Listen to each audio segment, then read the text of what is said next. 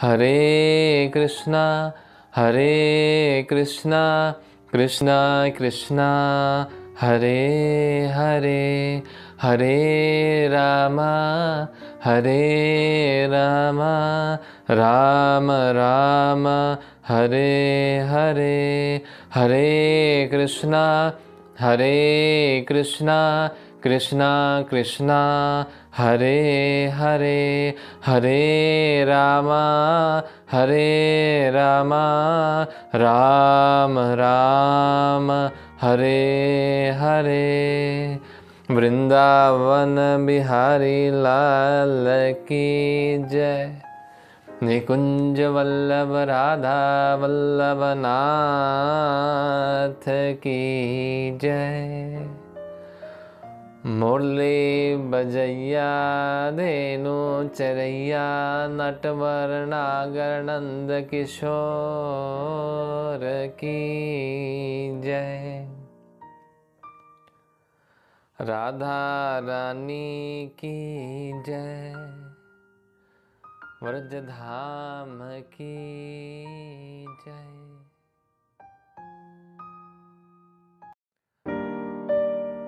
आन मिलो आन सांवरे, ब्रज में अकेली राधा खोई खोई फिरे।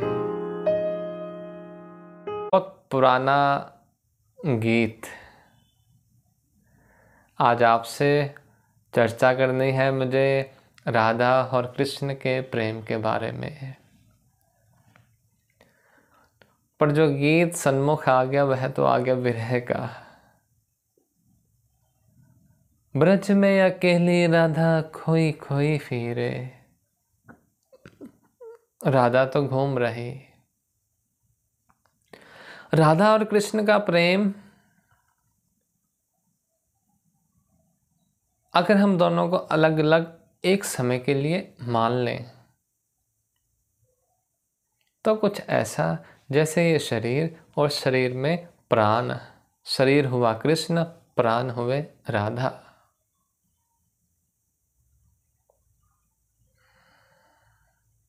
जैसे कोई बोले कोई गुलाब का पुष्प लेकर के आए तो पुष्प की पंखुड़ियां तो हुई श्री कृष्ण और उसकी महक हुई श्री राधा। जैसे बांसुरी तो हो गए श्री कृष्ण और बांसुरी में जब स्वर उठा तो वो हुई राधा।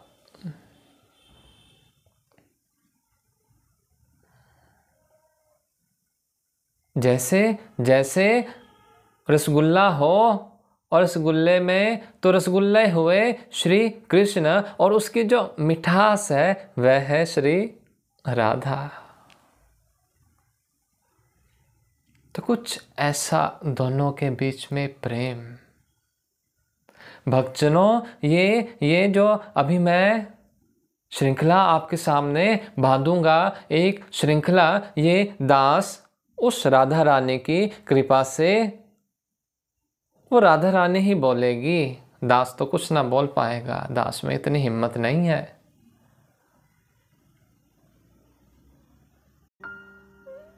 तो सुनना केवल वही लोग जिनके हृदय में मेरे श्याम सुंदर विराजित हों, जिनकी आंखें रोई हुई हों उन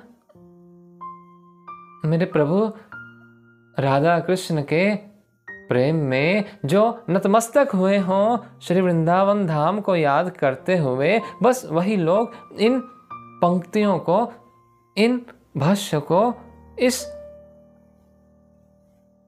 वाणी को ग्रहण करना। क्योंकि यदि किंचित मात्र भी बुद्धि आ गई तो वह कुछ ऐसा हो जाएगा जैसे दूध में मक्खी गिर गई हो।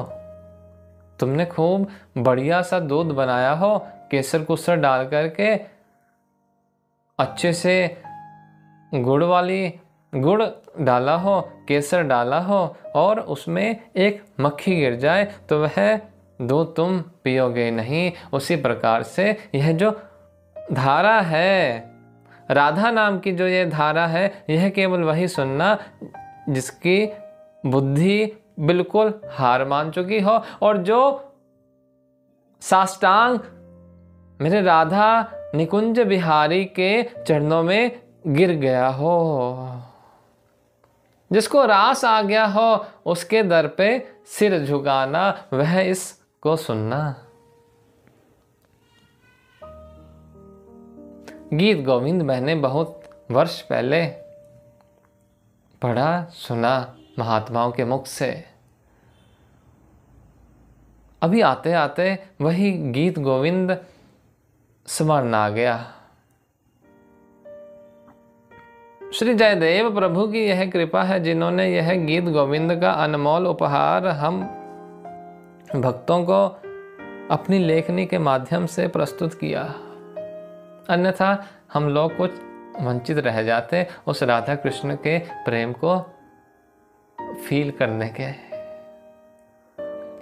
If you want to feel that memorable, loving love of Shri Radha and Krishna, then please listen to Jayadeva Geet Govinda. Then please read Jayadeva Geet Govinda.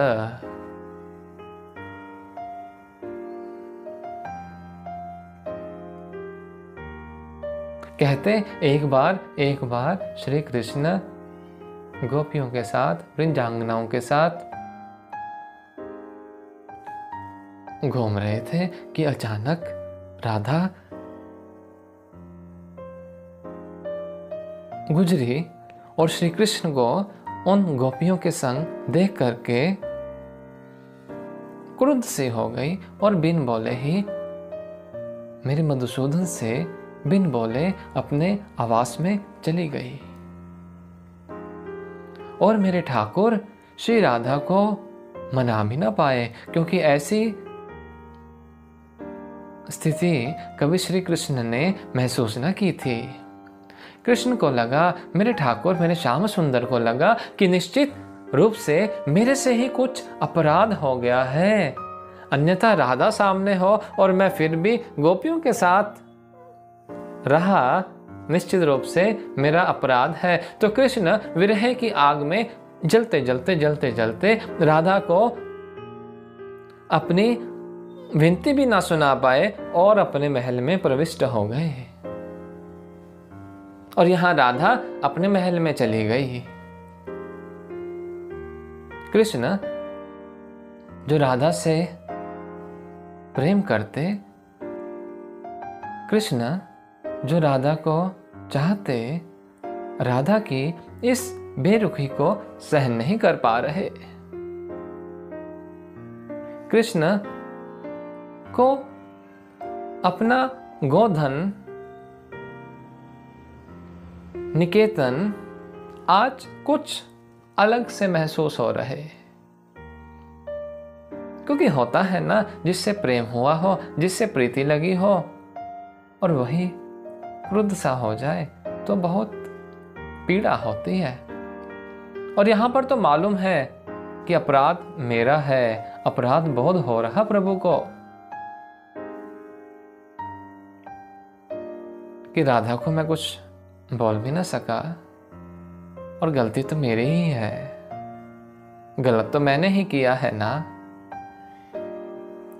Radha किस तरह से अपने महल में इन पलों को गुजार रही होगी, यह एक एक पल अनंत वर्षों की पीड़ा सा मुझको यदि दे रहा है तो राधा का क्या हाल हुआ होगा। राधा ने तो मुझको देखा है। कृष्ण कहते अपने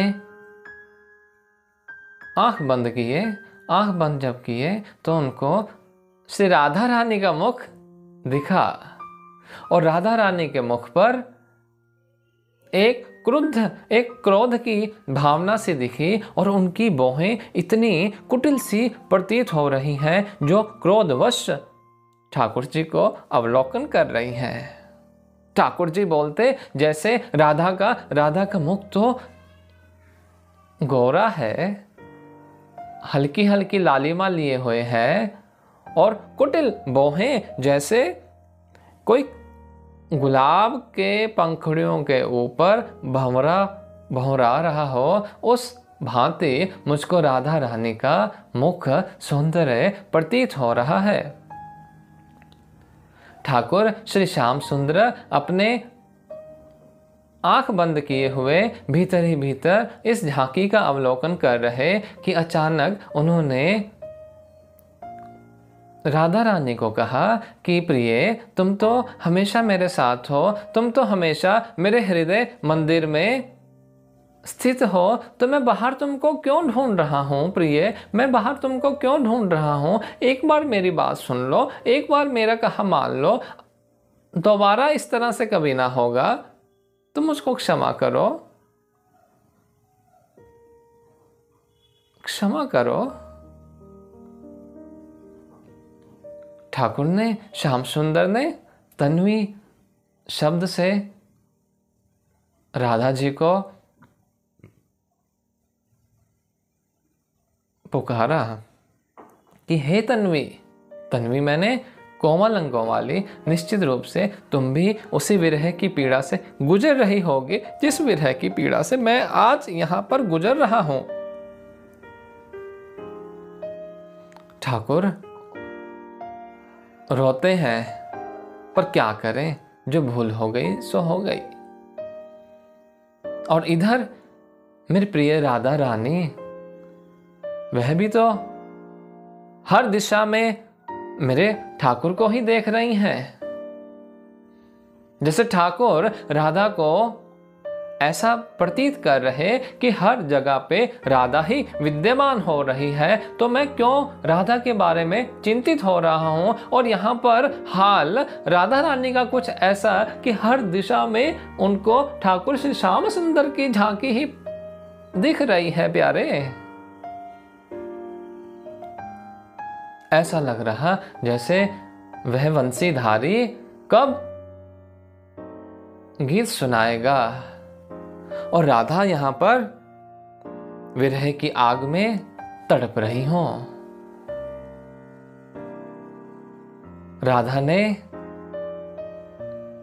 कुछ श्रृंगार लगाना चाहा कि ना जाने कब श्याम सुंदर आ जाएंगे, ना जाने कब उनकी दृष्टि यहां पड़ जाए, ना जाने कभी स्वप्न में ही वह आ जाए, तो मेरी यह हालात देख करके उनको अच्छा ना लगेगा। क्रुद्ध होकर के गई हैं, पर फिर भी राधा रानी के मन में अगाध प्रेम है और अभी विरह की आग में जल रही हैं। राधा ने श्रृंगार लगाना आरंभ किया और जैसे ही चलती हैं तो बीच में गिर गई। सखी ने उठाया, सखी ने कहा राधा उठो। राधा बोली तुमसे कोई उपाय ना हो सकेगा, मुझको मेरे हाल पर ही छोड़ दो। जैसे मछली को जल से निकाल दिया जाए, ठीक ऐसे हालात आज मेरे हो गए। मैं कैसे क्रुद्ध हो गई मेरे श्याम सुंदर से, वह तो खड़े ही थे ना केवल। और यहाँ श्याम सुंदर का हालत आप देखिए, और यहाँ पर मेरी प्रिय राधा रानी की विरह की अग्नि में जलती हुई वेदना को श्रवण करिए। राधा ने श्रृंगार किया, तो आज जब श्रृंगार किया तो स्त्रीण श्रृंगार न करके पुरुष का श्रृंगार किया। सिर पर मुकुट लगाया, बाजू बंद डाले, कमर बंद डाला, हार डाला, मुद्रिका डाली, तिलक लगाया, कंठा डाला और जाकर के आईने के पास बैठ गई और सखी को बोलती हैं देखो मधुसूदन सामने आए हैं। आज मैं ही मधुरिपु बन गई, आज मैं ही मधुसूदन बन गई। और हे मधुसूदन, ये राधा को खोज रहा। राधा की चिंता, राधा की कल्पना तो देखिए, जिसने अपना श्रृंगार त्याग करके मेरे श्याम सुंदर का श्रृंगार डाल लिया और खुद मधुसूदन का स्वरूप बनकर के बैठ गई। छठा का आनंद लीजिए प्यारे। और अचानक अपने महल से अपनी महल की खिड़की से देखती हैं कि घनघोर घटा सावन की, बादलों की एक जमघट लगाए हुए आसमान में प्रतीत हो रही। राधा को लगा कि श्याम सुंदर आ गए। आंख बंद करी, आलिंगन किया। जब आंख खुली, जब बाह्य ज्ञान हुआ तो लगा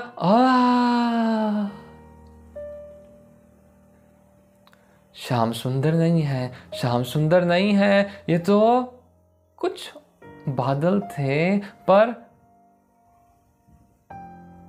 ये बादल भी भूए, वह श्याम सुंदर का ही तो स्वरूप लग रहे हैं। ये कारी कारी घटा भी मानो मेरे कृष्ण का स्वरूप बन गई। यहाँ राधा की ये हालत, वहां श्री कृष्ण की वेदना। जयदेव जी ने यहीं पर ही रोक दिया। राधा और कृष्ण का विरह यहीं पर ही रोक दिया। इसके आगे लिखे भी कैसे? लिखे बनता नहीं है। ये तो प्रेम है, ये तो विरह का प्रेम है। मैं तुमको भी बोलूंगा, तुम भी तो पुकारते हो ना मेरे प्यारे श्याम सुंदर को। तो आंख बंद करके उस श्याम सुंदर को याद करो और उस छवि को अपने भीतर बस जाने दो। बोलो राधा वल्लभ नाथ की जय, कुंज बिहारी लाल की जय।